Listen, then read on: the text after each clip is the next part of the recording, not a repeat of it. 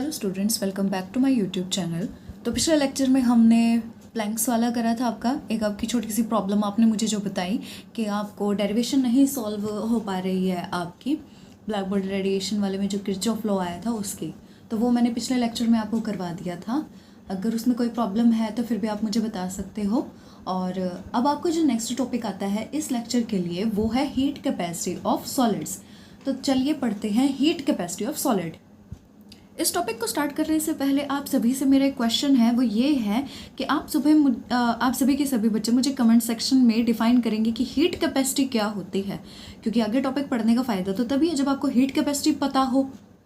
तो heat capacity आप मुझे बताएंगे और हीट कैपेसिटी ऑफ सॉलिड मैं आपको पढ़ाऊंगी आगे।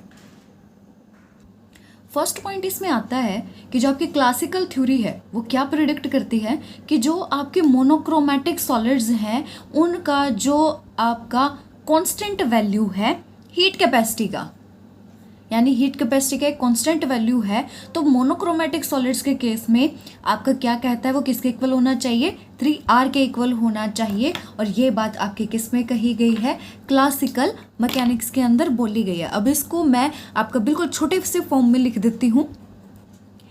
HC सॉलिड, ठीक है। HC आपका क्या है, हीट कैपेसिटी ऑफ सॉलिड, किसके इक्वल होना चाहिए आपका, 3R के इक्वल आपका होना चाहिए। और ये किस केस में होना चाहिए आपका, सॉरी मैंने यहाँ पर आपको मोनोक्रोमैटिक बता दिया, ये यहाँ पर मोनोक्रोमैटिक नहीं है, ये आपका यहाँ पर मोनो एटॉमिक है। हाँ जी, तो ये आपका क्या होना चाहिए, मोनो एटॉमिक होना चाहिए, ठीक है। तो ये आपका फर्स्ट पॉइंट आता है इसके अंदर। सेकंड पॉइंट आपका जो इसके अंदर आता है उसमें क्या कहा जाता है कि आपकी जो हीट कैपेसिटी है सॉलिड की वो चेंज नहीं होनी चाहिए विद टेम्परेचर। मतलब अगर टेम्परेचर आपका ऊपर नीचे होता है तो आपकी जो हीट कैपेसिटी है सॉलिड की वो चेंज आपकी नहीं होनी चाहिए। क्यों? क्योंकि वो तो इक्वल है 3R के। इसका नेक्स्ट आपका क्या आता है पॉइंट, बट जब हमने एक्सपेरिमेंट किया तो जो वैल्यूज़ थी आपकी हीट कैपेसिटी की वो हमने ऑब्जर्व की ओनली हाई टेम्परेचर्स के लिए, ठीक है।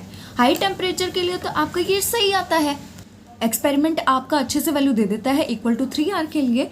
बट जब हम हीट कैपेसिटी आपकी करते हैं लो टेम्परेचर के लिए तो आपका क्या है, जो हीट कैपेसिटी है वो 3R के इक्वल नहीं रहती, वो भी साथ साथ डिक्रीज हो जाती है। सो यहाँ पर आपका क्या पता लगा कि आपका जो टेम्परेचर है, जैसे जैसे टेम्परेचर डिक्रीज होगा आपकी हीट कैपेसिटी भी आपकी डिक्रीज होगी। और ये क्या होगा, अप्रोच कर जाएगा 0 केल्विन को आपके। ये ओके नहीं है आपका, दिस इज 0 केल्विन टेम्परेचर की बात यहाँ पर हम कर रहे हैं। तो ऐसे गिरते गिरते जैसे टेम्परेचर नीचे जाता जाएगा, जाता फिर आपका ये कहाँ पर आ जाएगा, 0 केल्विन पर पहुँच जाएगा, इसको अप्रोच कर जाएगा। तो हमें इस एक्सपेरिमेंट से क्या पता लगा कि हाई टेम्परेचर के लिए तो आपकी ये वाली बात सही है कि आपकी हीट कैपेसिटी सॉलिड की मोनो एटॉमिक के केसेस में 3R के इक्वल होनी चाहिए। बट हमने जब एक्सपेरिमेंट किया तो उसमें क्या हमें पता लगा कि जैसे जैसे टेम्परेचर अगर डिक्रीज में जाता है तो आपकी हीट कैपेसिटी भी डिक्रीज हो जाती है, जो कि फिर अप्रोच करती है 0 केल्विन को। और ये जो हमारा एक्सप्लेन किया था ये आपका किसने एक्सप्लेन किया था, आपका आइंस्टीन ने एक्सप्लेन किया था। और क्या यूज़ करते हुए, आपका प्लैंक्स क्वांटम थ्योरी। क्योंकि अभी जो हमने ऊपर प्रेडिक्टेबिलिटी दी है वो किसकी प्रेडिक्टेबिलिटी दी है, आपकी क्लासिकल थ्योरी के अकॉर्डिंग दी है। बट जो ये हमने एक्सपेरिमेंट किया इसकी एक्सप्लेनेशन किसने दी, आइंस्टाइन ने दी आपकी। और उसने क्या यूज़ करके दिया, प्लैंक्स क्वांटम थ्योरी यूज़ करके ये आपका रिजल्ट यहाँ पर उसने दिया है। अब देखिए यहाँ पर आपका जो रिलेशन है, ये तो हमारे थ्योरेटिकल पार्ट की बात हो गई। अब हमारा इसका आगे रिलेशन भी तो आता है। तो रिलेशन को आप यहाँ पर किस तरीके से आपको डिफाइन किया गया है वो मैं आपको बताती हूँ। जैसे हमने क्लासिकल थ्योरी की बात की है, इसमें हमने कंसीडर किया क्लासिकल थ्योरी में सॉलिड्स को, जैसे कि हमने किसकी करी, कलेक्शन ऑफ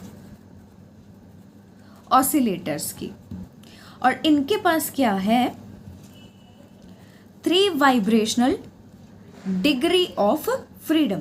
ठीक है, हर एक ऑसिलेटर के पास, हमने यहाँ पर क्या लिया है, कलेक्शन ऑफ ऑसिलेटर्स लिया है, बट हर एक, ईच वन ऑफ देम, उनके पास क्या है, 3 वाइब्रेशनल डिग्री ऑफ फ्रीडम है।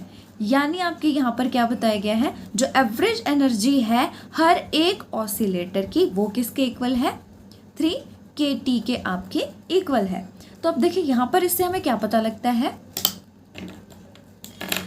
देयरफॉर जो एनर्जी है आपकी, ठीक है, energy of 1 mole of oscillator, वो किसके इक्वल आएगी आपकी, n नॉट इंटू में 3 kT के इक्वल। यानी ये यहाँ पर किसके इक्वल आ रहा है आपका, 3 RT के इक्वल। यानी आपका यहाँ पर n नॉट और kT ये सारा का सारा कंबाइंड होकर ये किस में आ गया आपका, सॉरी n नोट और आपका जो k है यहाँ पर कंबाइंड होकर किसके आ गया, आपके r कांस्टेंट के फॉर्म में आ गया। तो ये आपका सारा का सारा अब यहाँ पर क्या बता दिया कि 3RT के फॉर्म में आपको बता दिया गया है। अब इसको मैथमेटिकल एक्सप्रेशन के फॉर्म में लिखना, तो आप कैसे लिख सकते हैं, पार्शियल E बाय में पार्शियल T, और आपका यहाँ पर किसके उसमें लिया गया है, V के उसमें, V यहाँ पर क्या है आपका, वॉल्यूम है आपका, और ये किसके इक्वल आएगा, CV के इक्वल, जो कि हमारा किसके इक्वल है, 3R के इक्वल। तो यहाँ से हमें क्या पता लग रहा है, आपका जो मैथमेटिकल एक्सप्रेशन है यहाँ से क्या पता लग रहा है कि कुछ चेंज जब एनर्जी में आता है, पार्शियल चेंज जब एनर्जी में आता है with respect to partial change in temperature at आपका कांस्टेंट वॉल्यूम, तो ये किसके इक्वल आता है, इसको क्या बोलते हैं आपका, CV बोलते हैं। ठीक है, अब CV यहाँ पर क्या है ये भी आप मुझे बताएंगे थोड़ा सा, क्योंकि देखिए ये आप फिजिक्स में भी पढ़ते हैं और पहले भी आप थर्मोडायनेमिक्स में भी ये सारी चीज़ें पढ़ चुके हैं, थर्मोडायनेमिक्स आपके पास पहले आ चुकी है। तो आप मुझे थोड़ा सा CV के बारे में बताएंगे, जो भी आपको पता लगेगा। जिन बच्चों को नहीं आ रहा है समझ में CV या फिर थर्मोडायनेमिक्स की ये वाले टर्म्स, वो प्लीज़ अपने पिछले उसके सेकेंड ईयर के बुक्स उठाकर देखें, आपको सारा का सारा एक्सप्लेन किया गया है। फिर उसके बाद आपका क्या आता है, ये किसके इक्वल आता है, आपका 3R के इक्वल यहाँ पर आता है। ठीक है, तो ये आपका यहाँ पर मैथमेटिकल एक्सप्रेशन हो गया, एक तरीके से आपको बताया गया है। अगर किसी को फिर भी प्रॉब्लम है इस वाले में, तो एक चीज़ बता देती हूँ, यहाँ पर जो आपका एनर्जी आया है इसका पार्शियल डेरिवेटिव किया है with respect to temperature at constant volume. तो ये इस करके जब आप इसका करोगे, इस 3RT का जब आप करोगे तो आपके पास क्या आएगा, 3 तो कांस्टेंट, वैसे कैसे रहेगा, R भी आपका कांस्टेंट है, T यहाँ पर आपका क्या है, विद रिस्पेक्ट टू T चल रहा है, तो T आपका क्या हो जाएगा, 1 हो जाएगा पार्शियल डेरिवेटिव में। दैट्स वाई आपका ये जो 3RT है ये 3R बन गया है यहाँ पे। अगर किसी को फिर भी समझ नहीं आया तो उस केस के लिए बता रही हूँ, वरना ये वैसे बहुत प्रिडिक्टेबल है चीज़। यहाँ पर हमें एक और चीज़ पता लगती है, ये तो क्लासिकल थ्योरी के अकॉर्डिंग हो गया, बट जब हम बात करते हैं आइंस्टीन की, तो उसने सजेस्ट किया, उसने हमें बताया कि आपके जो सारे के सारे जो ऑसिलेटर्स हैं,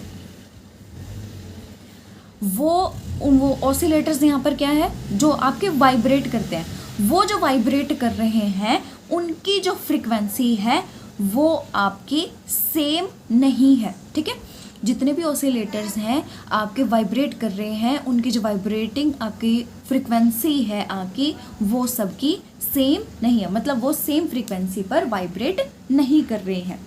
ठीक है, और इसका मतलब क्या है, आपका यहाँ से हमें पता लग गया कि उनके पास सेम वाइब्रेशनल एनर्जी hν भी नहीं है आपकी। ठीक है, और इसकी जो वाइब्रेशनल एनर्जी है ऑसिलेटर की, वाइब्रेशनल एनर्जी ऑफ ऑसिलेटर, ये क्या है आपका मल्टीपल ऑफ hν होना चाहिए। ठीक है। तो ये सारी की सारी बातें हमें प्लैंक्स क्वांटम थ्योरी में सीखने को मिलती हैं। हमें क्लासिकल थ्योरी से तो ये सारी चीज़ें पता लगती हैं। यहाँ पर कलेक्शन ऑफ ऑसिलेटर बता दिया, सबकी फ्रीक्वेंसी एक बता दी, सबका मोशन एक जैसा बता दिया। बट यहाँ पर जब हम आइंस्टाइन की बात करते हैं, प्लैंक्स क्वांटम थ्योरी की बात करते हैं, तो वो कहता है कि सभी के सभी ऑसिलेटर्स आपके सेम फ्रीक्वेंसी पर नहीं वाइब्रेट करते हैं। सेम फ्रीक्वेंसी यहाँ पर क्या है, एच न्यू की बात कर रहे हैं। बट आपका यहाँ पर वाइब्रेशनल एनर्जी जो है ऑसिलेटर की, वो क्या होती है, multiple of H nu not आपकी होती है। तो इसका एक्सप्रेशन आपको यहाँ पर लिखकर बता देती हूँ कि क्या होगा आपका। E bar is equal to H nu not by में ई एक्सपोनेंशियल की power H nu not by में के टी -1। ये आपकी ई बार यहाँ पर बताई गई है। तो ये आ गया आपका multiple of H nu naught आ गया आपका, ठीक है। अब यहाँ से हमने क्या बताना है, मोलर एनर्जी ऑफ सॉलिड की बात करनी है। तो देखो, मोलर एनर्जी ऑफ जो सॉलिड है आपकी, उसका एक्सप्रेशन क्या होगा, E is equal to n nought into में 3 बार आपका। तो अब यहाँ पर जो आपका ई बार है, ये आप क्या करो, यहाँ से इसमें पुट कर दो। आपके पास ये क्या आएगा, E is equal to 3n nought h nu not by में आपका ये सारा का सारा एक्सप्रेशन, ठीक है। ये आ गया आपका। अब आपको क्या करना है, जैसे मैंने आपको यहाँ पर बताया था ऊपर कि आपने ये आपकी एनर्जी है, और फिर आपने क्या किया, इसका डेरिवेटिव कर दिया, पार्शियल डेरिवेटिव कर दिया विद रिस्पेक्ट टू टी कर दिया आपने। तो आपने यहाँ पर किसके अकॉर्डिंग बताया, क्लासिकल थ्योरी के अकॉर्डिंग बताया, यहाँ क्वांटम थ्योरी के अकॉर्डिंग आपका ई ये आता है, ठीक है। क्वांटम थ्योरी के अकॉर्डिंग आपका ई ये आता है, ना कि आपका ये वाला, ये क्लासिकल वाला है। तो आपका जो हमने बताया था कि जो हीट कैपेसिटी आपकी, वो अगर टेम्परेचर को हम डिक्रीज़ कर देते हैं तो आपकी जो हीट कैपेसिटी है सॉलिड्स की, वो भी डिक्रीज़ हो जाती है। तो उसके लिए आपका यहाँ पर ये वाली चीज़ बताई गई है। तो आपका यहाँ पर क्या करना है, आपको इसको पार्शियल डेरिवेटिव करना है यहाँ पर, इसका इस तरीके से। तो इसको आप यहाँ पर पार्शियल डेरिवेटिव करेंगे।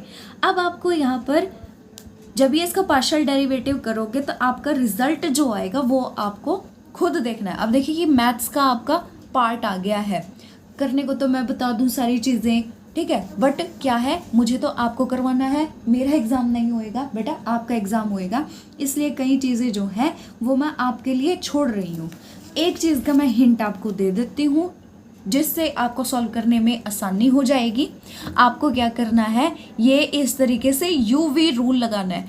जो बच्चे अपना अच्छे से सिलेबस प्रिपेयर करना चाहते हैं, अपने डाउट्स क्लियर करना चाहते हैं, एक्चुअल में पढ़ना चाहते हैं, वो बस ये फॉर्मूला आपको बता दिया गया है, U/V वाला अपना रूल लगा लेंगे, ठीक है। और ये आपका इस तरीके से इसको सॉल्व करके देख लेंगे, ठीक है, और आपका ये रिजल्ट आ जाएगा। तो चलिए मूव ऑन करते हैं अपने नेक्स्ट टॉपिक पर। देखिए पिछले उसमें टॉपिक में बस आपको सॉल्व करना रह जाएगा, और लो टेम्परेचर के लिए और हाई टेम्परेचर के लिए आपका थोड़ा सा केस है, वो भी आप पढ़ेंगे कि वो किस तरीके से होगा। कोई ज़्यादा बड़ी चीज़ें नहीं है, बिल्कुल छोटी छोटी सी चीज़ें हैं। मुझे आपका कॉन्सेप्ट क्लियर करना है, बट जो मैथमेटिकल चीज़ें हैं जो कि आप सॉल्व कर सकते हैं, इतने स्टार्टिंग से सॉल्व करते आ रहे हैं, वो आप खुद सॉल्व करके देखेंगे। इन केस फिर भी कोई प्रॉब्लम आती है तो मुझे बताएंगे, फिर मैं आपको सॉल्व करके भी दूंगी, ऐसी कोई बात नहीं है, ठीक है। वरना हम अपनी क्लास में से वॉलंटियर करवा लेंगे किसी स्टूडेंट को, और वो फिर उस एक्सप्रेशन को थोड़ा सा सॉल्व करके दिखाएगा। अगर क्लास में से किसी का नहीं होता देन मैं तो हुई आपको करवाने के लिए। चलिए मूव ऑन करते हैं नेक्स्ट टॉपिक पर। आपका नेक्स्ट टॉपिक है wave particle duality of material particles. सबसे पहले इसमें आता है आपका डी ब्रोगली हाइपोथेसिस। तो देखिए इसमें आपको बताया गया है कि आपका जो फिनोमिना है BBR का, अब BBR क्या है आपका, black body radiation. Black body radiation and आपका जो फोटो इलेक्ट्रिक इफेक्ट है, वो क्या कहते हैं कि जो आपकी EM इलेक्ट्रोमैग्नेटिक वेव्स हैं उनके पास क्या है, पार्टिकल नेचर। ये तो मैं डुअलिटी वैसे आपको बता भी चुकी हूँ कि आपका प्लैंक्स क्वांटम थ्योरी में क्या कहा जाता है। तो डी ब्रोगली हाइपोथेसिस में सबसे पहला पॉइंट आता है कि जो फिनोमिना है जैसे कि black body radiation and photo electric effect, और उसमें ठीक है क्या कहा जाता है आपको कि जो इलेक्ट्रोमैग्नेटिक वेव्स हैं आपकी, उनका पार्टिकल नेचर शो होता है। तो देखिए आपका यहाँ पर क्या बताया गया है, और कि 1924 में एक फ्रेंच साइंटिस्ट जिसका नाम था लुइस डी ब्रोगली ने आर्ग्यू किया कि if light can display wave particle duality. उसने क्या किया, आर्ग्यू किया, कौन से टॉपिक पर किया, कि जो आपका लाइट है वो क्या दे रहा है, वेव पार्टिकल डुअलिटी। इस पर उसने काफ़ी बहस की, जो कि हमारे टॉपिक का तो नाम है ही। और उसने क्या क्या चीज़ें बताई हैं, उसने ये बताया कि जो मटेरियल पार्टिकल्स हैं आपके, चाहे वो आपकी बिग हो या फिर आपकी स्मॉल हो, ये दोनों क्या कर सकती हैं, पोजेस कर सकती हैं वेव नेचर को। एक तो पॉइंट इसने ये बताया। दूसरा बताया कि जो वेव है जो किससे एसोसिएटेड हो, विद मैटर। मैटर के साथ अगर कोई भी आपकी वेव एसोसिएटेड है तो उसको क्या बोलते हैं, it is called de Broglie wave. तो इसने वेव के बारे में और मटेरियल पार्टिकल के बारे में ये चीज़ें बताई। अगर आप यहाँ पर ये नहीं लिखना चाहते, ठीक है, या फिर मतलब एक तरीके से मैं ये कहूँगी इसका कोई दूसरा नाम भी हो सकता है, डी ब्रोगली वेव के बजाय इसका एक और नाम हो सकता है जिसे हम मैटर वेव बोलते हैं। तो देखिए ये चीज़ें डी ब्रोगली हाइपोथेसिस की आ गई है। तो यहाँ पर मैं आपसे क्वेश्चन पूछना चाहूँगी, एक है आपके पास मैटर, एक है आपके पास वेव, इनकी प्रॉपर्टी क्या होती है, सोचो थोड़ा सा। मोस्ट इंपॉर्टेंट प्रॉपर्टी मैटर और एक वेव की क्या होती है? आंसर मन में आ गया तो अच्छा है, कोई श्योर नहीं है तो मैं अभी बता ही देती हूँ। मैटर आपकी इसकी सबसे बेस्ट प्रॉपर्टी, इंपॉर्टेंट प्रॉपर्टी होती है मास, और वेव की क्या होती है आपकी वेवलेंथ। ये आप याद रखेंगे, ठीक है, इन दोनों की प्रॉपर्टी को। तो इनके बारे में आगे जो रिलेशन आपका बनता है वो according to Planck's quantum theory में बनता है कि आपका जो E है वो किसके इक्वल होता है, ठीक है, आपकी जो एनर्जी है फोटोन की वो किसके इक्वल होती है, h न्यू के इक्वल होती है, ठीक है। कि अकॉर्डिंग टू अगर हम प्लैंक्स थ्योरी की बात करते हैं, प्लैंक्स क्वांटम थ्योरी की बात करते हैं, तो जो एनर्जी है आपकी एक फोटोन की वो किस तरीके की होती है, E is equal to H nu के इक्वल और is equal to h c by में लैम्डा। ये आपका रेफर करता है wave particle duality of light.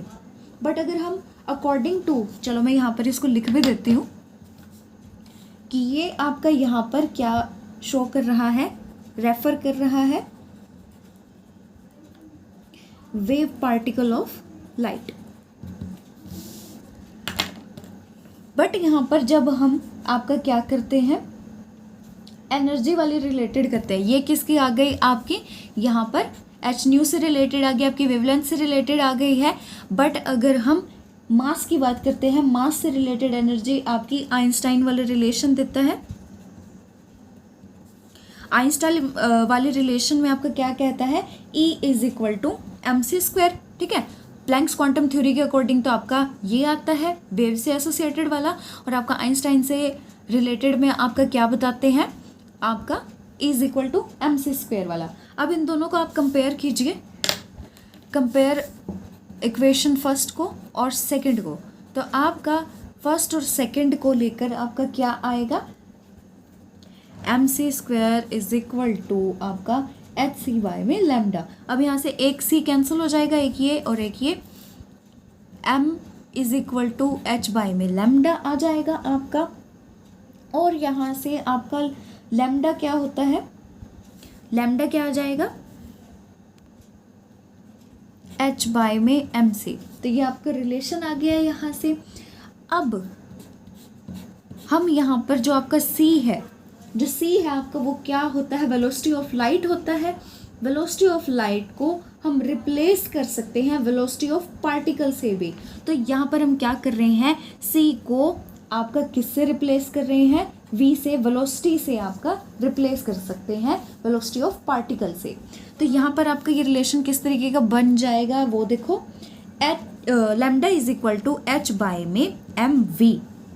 अब देखिए एम वी आपका क्या रिप्रेजेंट करता है, ऑब्वियसली मोमेंटम रिप्रेजेंट करता है, इतना तो सबको पता है। तो यहाँ पर ये रिलेशन इस तरीके से आ जाएगा, lambda is equal to h by में पी। ये आपका किसका आ गया, डी ब्रोगली हाइपोथेसिस का, मटेरियल पार्टिकल का आपका यहाँ पर एक्सप्रेशन आ गया है। वैसे तो आपको ये सबको एक्सप्रेशन पहले से ही क्लियर था, बट मैंने आपको पूरा थ्योरेटिकल आपका कहाँ से लेकर बताया है, डी ब्रोगली हाइपोथेसिस से। इसमें आपके क्वांटम वाले फिनोमेनास को लेकर, मटेरियल वेव को लेकर, एसोसिएटेड को लेकर, उसके बाद according to Planck's quantum theory से आइंस्टाइन किस तरीके से आपका मास से रिलेटेड है और आपका प्लैंक क्वांटम थ्योरी वेव से रिलेटेड है, इन दोनों का रिलेशन आपका यहाँ पर ये आ गया है, जो कि इम्पॉर्टेंट है। डी ब्रोगली हाइपोथेसिस काफ़ी बार आ भी जाता है। अब इसमें डी ब्रोगली हाइपोथेसिस में आगे सिग्निफिकेंस है डी ब्रोगली का, तो ये जो है आपको थोड़ा सा देखना है, कोई ज़्यादा लंबा टॉपिक आपका है नहीं, ये वाला है। छोटी छोटी चीज़ें आपको पढ़ने को बोलूँगी ताकि आपको ये है, मैं ये चीज़ें इसलिए करवाती हूँ ताकि थोड़ा सा बस आपका भी ध्यान हो। ऐसा नहीं है कि जो मैं पढ़ा रही हूँ उसी को पढ़ते जाओगे, थोड़ा सा खुद रिसर्च वाला जो वर्क होता है ना, जो टीचर करने को देता है, वो आपके लिए बेनिफिशियल होता है, ताकि आप अपना भी दिमाग उस टॉपिक में लगा सके, ना कि सुनी सुनाई बातों पर विश्वास करें। क्योंकि जब आप पढ़ोगे तो आपको कुछ समझ में आएगा, कुछ नहीं भी आएगा, कुछ क्वेश्चंस भी उठेंगे, और वो क्लियर करने के लिए क्यूरियोसिटी आएगी तो आप मुझसे भी पूछोगे या फिर सर्च करोगे, कुछ भी करोगे। बट सारा अगर मैं करवाती रहूँगी तो आपकी क्यूरियोसिटी ख़त्म हो जाएगी। बाकी थोड़ा सा बता देती हूँ कि इसमें आपका lambda is equal to h by में आपका जो पी है, मोमेंटम है, पी की जगह दोबारा से एम वी रख लो। एम वी रखोगे तो आपका यहाँ पर ये क्या बताया गया है, आपके सिर्फ और सिर्फ वैल्यूज़ रखी गई है। और वैल्यूज़ क्या लिया हमने, इलेक्ट्रॉन का मास ले लिया 9.1 इंटू में 10⁻⁻31 kg, और वेलोसिटी ले लिया आपकी 10⁻6 मीटर पर सेकंड। और इसी को बस हमने इक्वेशन में रखा है और यहाँ पर ये सॉल्व करा है आपका, ठीक है। और यहाँ पर ऊपर में आपका क्या कराया है वो भी बता देती हूँ। नॉर्मल पार्टिकल लेकर चले हैं जिसका मास 1 ग्राम है और वेलोसिटी 10 सेंटीमीटर पर सेकंड की है, तो इसकी भी वेवलेंथ एक हमने निकाली है पार्टिकल की जिसका मास आपका 1 ग्राम है, ऑब्जर्वेबल है थोड़ा सा, और एक हमने नैनो के लिए ले लिया, नैनो लगा लो, आपको माइक्रोस्कोपिक पार्टिकल के लिए लगा लिया, इलेक्ट्रॉन के लिए लगा लिया। तो हम यहाँ पर एक लैम्डा आपका नॉर्मल के लिए निकाल रहे हैं और एक माइक्रोस्कोपिक के लिए निकाल रहे हैं। एक तरीके से यहाँ पर मैक्रो और माइक्रो की बात हो रही है, और ये किससे रिलेटेड है, मैक्रो यानी आपका किससे रिलेटेड है, क्लासिकल से रिलेटेड है, एक उसके अकॉर्डिंग आ रहा है, एक हमने यहाँ पर माइक्रो के अकॉर्डिंग यानी क्वांटम के अकॉर्डिंग यहाँ पर निकाला है, ठीक है। उस चीज़ के बारे में यहाँ पर बताया गया है कि जो मैग्नीट्यूड है, वेवलेंथ है लैम्डा डैश आपका, ये क्वाइट सिग्निफिकेंट आता है एक इलेक्ट्रॉन के लिए, ठीक है। यहाँ पर आपका क्वाइट सिग्निफिकेंट आ रहा है। एंड दस electron has an observable wave character, यानी माइक्रोस्कोपिक पे भी अप्लाइबल है आपका, और यहाँ पर ये ऑब्जर्वेबल क्वांटिटी यहाँ पर नजर आ रही है। इसका जो मैग्नीट्यूड है वेवलेंथ का वो क्या है, ऑब्जर्वेबल वेव करेक्टर के अंडर आता है। नेक्स्ट आपका डेविसन एंड जर्मर एक्सपेरिमेंट आता है। वैसे मैंने ना करते करते आपको सिग्निफिकेंस भी एक तरीके से बता ही दिया, तो ये भी आपका काम ख़त्म हो गया है। तो एक छोटा सा काम आगे दे दें आपको, यही करें। चलिए अब एक काम कीजिए, आपका इसके बाद आता है हेजनबर्ग अनसर्टेनिटी प्रिंसिपल। ठीक है, अभी उस टॉपिक को मैं करवाऊंगी जो इससे पिछले वाला है, बट आपके लिए जो करने वाला है वो हेजनबर्ग अनसर्टेनिटी प्रिंसिपल है। ये आप पहले भी पढ़ चुके हैं, कर चुके हैं अच्छे से, तो इसमें कोई इतनी लंबी चौड़ी वाली बात नहीं है मेरे बताने वाली।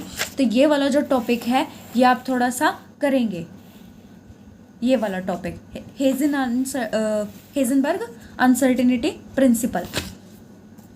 इससे पहले एक टॉपिक आता है आपका डेविसन एंड जर्मर एक्सपेरिमेंट, ये मैं करवा देती हूँ। तो डेविसन एंड जर्मर एक्सपेरिमेंट में आपका क्या है, ये एक एक्सपेरिमेंटल एविडेंस है वेव नेचर बताने का एक इलेक्ट्रॉन की। ठीक है, हमने इलेक्ट्रॉन की वेव नेचर को बताने के लिए एक एक्सपेरिमेंट किया जो कि हमें एविडेंस देता है कि इलेक्ट्रॉन का वेव नेचर है।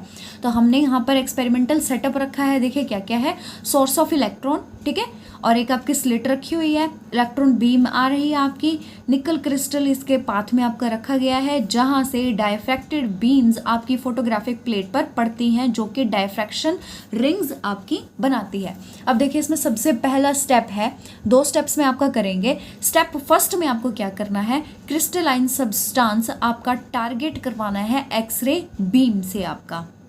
फिर हमने क्या करवाना है, जो बीम है वो स्कैटर्ड होगी डेफिनेट मैनर में, और ये फिनोमिना जो होता है ये एक्सरे डायफ्रैक्शन कहलाता है। इस एक्सपेरिमेंट में डेविसन एंड जर्मर ने रिफ्लेक्टेड एक्सरे बीम के थ्रू आपके क्या है डिफरेंट मेटल्स के ऑब्जर्व्ड डायफ्रैक्शन पैटर्न्स को ऑब्जर्व किया, उनको उनकी स्टडी किया।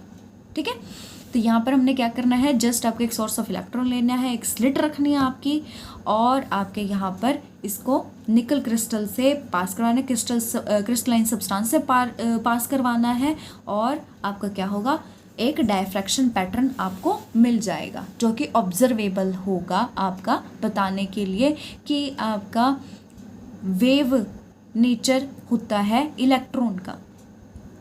सेकेंड स्टेप आपका क्या आता है कि जो इलेक्ट्रॉन बीम है वो हमने डायरेक्टेड की किस पर, सिमिलर मेटल पर। ठीक है, सिमिलर मेटल जैसे कि हमने क्या लिया है, वहाँ पर क्रिस्टलाइन सब्सटेंस की बात कर रहे थे ना, यहाँ पर हम किस पर डायरेक्ट करवा रहे हैं, एल्यूमिनियम फॉइल पर करवा रहे हैं।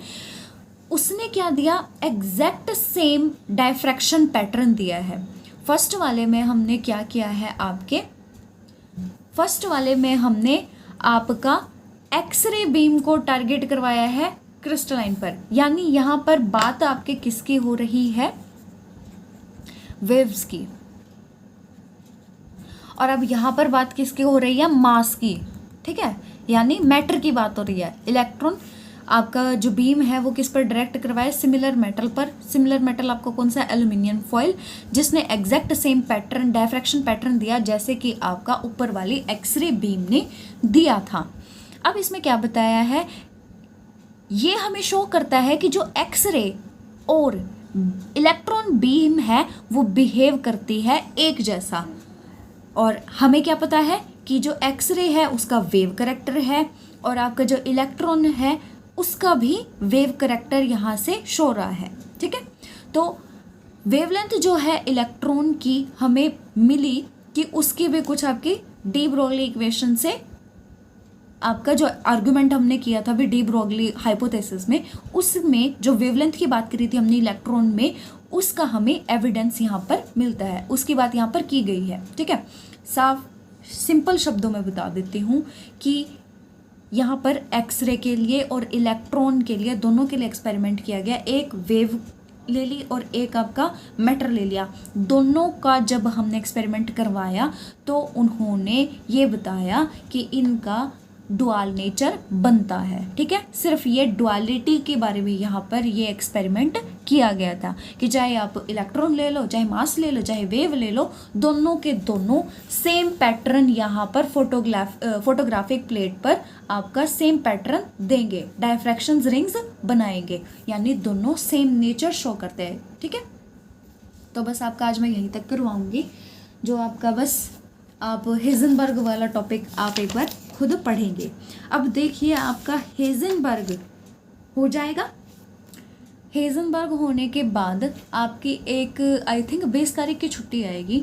तो 20 तारीख की छुट्टी के बाद जब आप आएंगे 21 तारीख को, आपको 20 तारीख को ही आपका होमवर्क करके क्लासरूम पे, गूगल क्लासरूम पर सबमिट करना है। और वो होमवर्क आपका क्या है, जो ये इस तरीके के आपके न्यूमेरिकल्स यहाँ पर दिए गए हैं, ये चाहे सॉल्व्ड है या फिर ट्राई दीज हैं, अनसॉल्व्ड आपके यहाँ पर दिए गए हैं, ये दोनों के दोनों आप अपनी कॉपी पर करेंगे और एज एन असाइनमेंट एक तरीके से आप अपलोड करेंगे गूगल क्लासरूम पर।